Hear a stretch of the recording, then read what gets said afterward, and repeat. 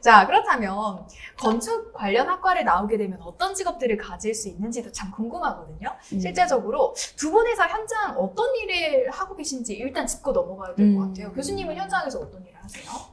저는 지금은 이제 학교에서 학생들을 가르치는 일을 하고 있기는 하지만 사실 제가 건축사 사무소에서 3년 반 정도 일을 했었거든요. 그래서 이제 많은 건축사 사무소들이 참여하는 공모에도 참여를 했었고, 이제 건축 설계를 시작하는 아이디어를 도출하는 부분에서부터 사실 짓는 것까지는 아니고 이제 짓기 전까지 어떠한 공간을 어떠한 재료로 어떻게 계획을 하겠다, 이제 도면을 제출하는 단계까지는 일을 했었습니다. 사실 이렇게 얘기하면 자랑이긴 한데 괜찮아요. 저기 그 세운상가를 반틈 정도 허물고 나서 거기에 그 입주하고 있던 상인들을 일부 이제 이주시킨 공간이 세운스퀘어거든요. 그래서 세운스퀘어의 뒤쪽 공간이랑 앞쪽 공간이 있는데 앞쪽 공간을 제가 디자인했습니다. 제가 디자인했어요. 이런 네, 느낌. 있습니다. 네. 근데 그 당시에는 원래 그 건물이 잠깐 한 3년 정도 완공이 되기 전까지 임시로 이주를 하는 공간으로 계획을 했었는데, 근데 사실 지금 이제 아예 중단이 돼버려서 계속 이제 그 공간에 상인들이 상업 활동을 하고 있는 상황인데요. 이게 그때 어떤 프로세스를 말씀드리면, 일단은 현장에서 상인들이 필요로 하는 공간에 대한 것들 수요조사, 그 다음에 어떤 공간을 필요로 하는지, 예를 들면 여기에는 상업 활동이 이루어지지만 일종의 휴게 공간이라던가 아니면 진입하는 부분에 있어서 어떤 도로에서 어떻게 진입하면 좋겠는지, 이런 답사들을 먼저 했었고요. 그리고 이제 그 상가 계획하는 그 유닛이라고 해야 되나요?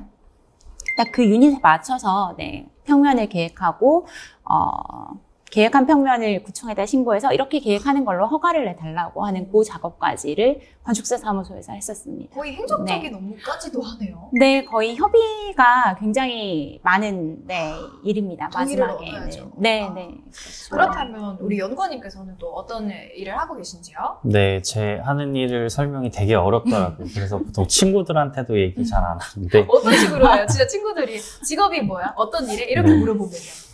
그냥 연구해. 그러고 이제 더 이상 얘기는 하지 않지만 쉽게 풀어서 얘기하면 좀 저희가 일반적으로 아는 이제 기후 위기라고 해서 요즘에 가장 핫하잖아요. 맞아요. 그래서 이곳을 이제 지키기 위해서 최근에도 이제 영국에서도 이제 전 세계의 수장들이 모여서 어떻게 하면 이 기후 변화를 이겨내기 위해서 어떻게 할 것이냐 막 정책을 짜잖아요.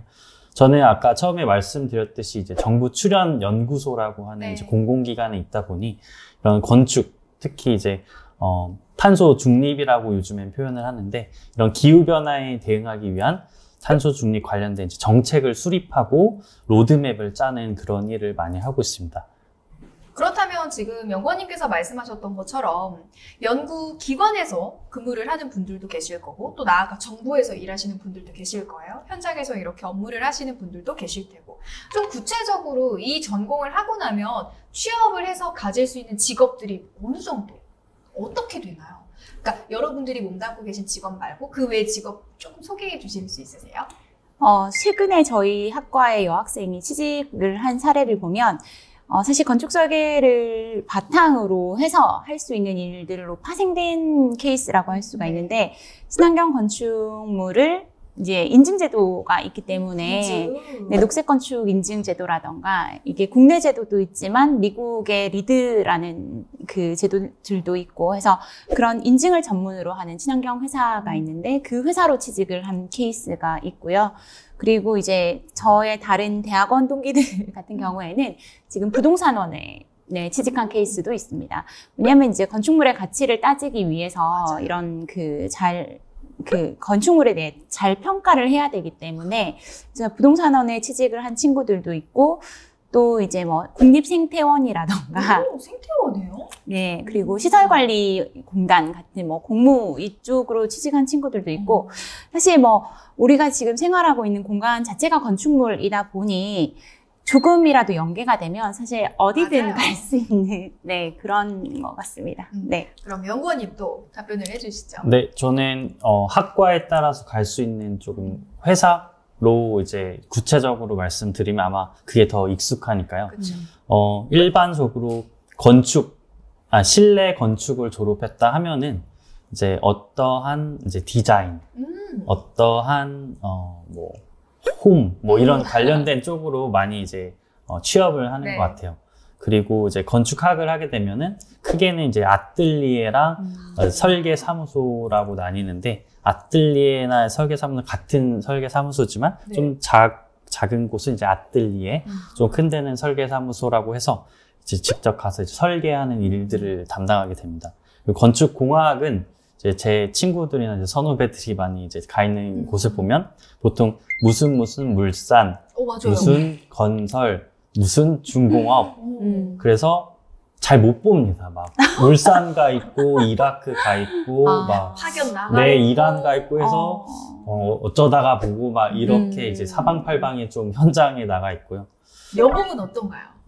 연봉은 뭐 고액 연봉이지 않을까요? 힘들수록 조금 더 많이 받는 것 같습니다. 그래서 결혼을 하기 위해서 이라크를 나가고 결혼 자금 구하기 위해 현실적인 학생들 아유, 이건데 너무하신 거 아니에요? 집 사기 힘듭니다. 그래도 우리는 희망을 전달해야 네. 되니까 네. 그래도 이렇게 해외 나가서 일하는 거 로망이 친구들이 있어요. 네, 아, 그럼요. 맞습니다. 자기 이제 건축 배우고 해외에서 일하고 그렇죠. 돈도 벌고 또 추가적으로 하실 말씀 있으세요? 뭐 아까 말씀하신 것도 있고, 또 이제 도시 계획을 하게 되면은 이제 플래너라는 직업이라고 해서 어떠한 엔지니어링 회사로 많이 가기도 해요. 아니면 이제 어떠한 은행 가서 돈을 만지는 작업들, 아니면 어떠한 시행사라고 해서 그런 땅이 주어지면 이 땅을 어떤 건물을 지을지, 어떠한 용도로 할지를 이제 계획하는 사람들이거든요. 그렇게도 많이 빠질 수 있는 것 같습니다. 아니면 뭐 공부를 더 열심히 하면 어떤 학과를 가든 간에 네. 저같이 연구원이나 교수님이 되실 수 있습니다. 좋습니다. 여러분 게임도 좋지만 연구 공부를 하는 걸로.